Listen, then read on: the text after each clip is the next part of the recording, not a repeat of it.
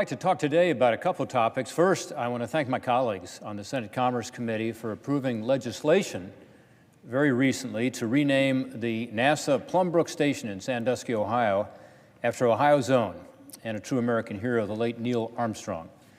I now, of course, urge that this legislation be taken up by the full Senate and we get it passed. There's an identical bill in the House, and we hope to get both of them to the President for his signature very, very soon.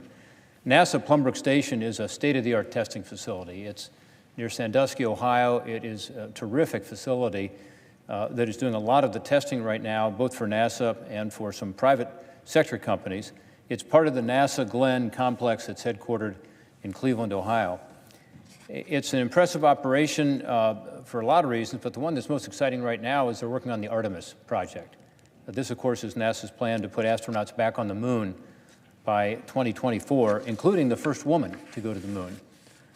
This mission will lay the groundwork also for future expeditions to the next great leap in space flight, and that, of course, is a manned mission to Mars. So it's exciting stuff. And at Plum, they're already testing critical components of the rocket engines that are scheduled to carry Artemis astronauts into space starting next year. And very soon, they're going to be testing the spacecraft itself. It'll arrive at Plum, we hope, in the next few weeks, where it's going to undergo about 4 months of testing. My colleague, Ohio Senator Sherrod Brown, and I introduced this legislation to rename the facility after Neil Armstrong this past summer. And we did so on the occasion of the 50th anniversary of the Apollo 11 moon landing, where, of course, Neil Armstrong became world famous as the first person to walk on the surface of the moon. But Neil Armstrong was ultimately a test pilot. We think of him as an astronaut. Some know that he was also a fighter pilot. He's a veteran of the Korean conflict and just an amazing individual.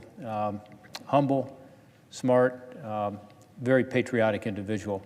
And how appropriate that as a test pilot, which he was during his whole post-fighter pilot career until his time as an astronaut, it's perfect that Plum be named after him. Neil's family, by the way, agrees with that, as does NASA, as do others we've talked to. So we're hoping that this would be a fitting way to honor a man who, for all of his accomplishments, saw him first and foremost as a patriot who pushed the boundaries of flight, and therefore the test facility was very dear to him. I talked to him about this test facility. After one of my visits there, I went to see him at his home and told him about the progress they were making, and at that time they were trying to revamp some of the facilities there, and he was really excited about it. He's a very modest man and did not want things named after him. He viewed his service to his country as the reward. That's all he ever wanted in life.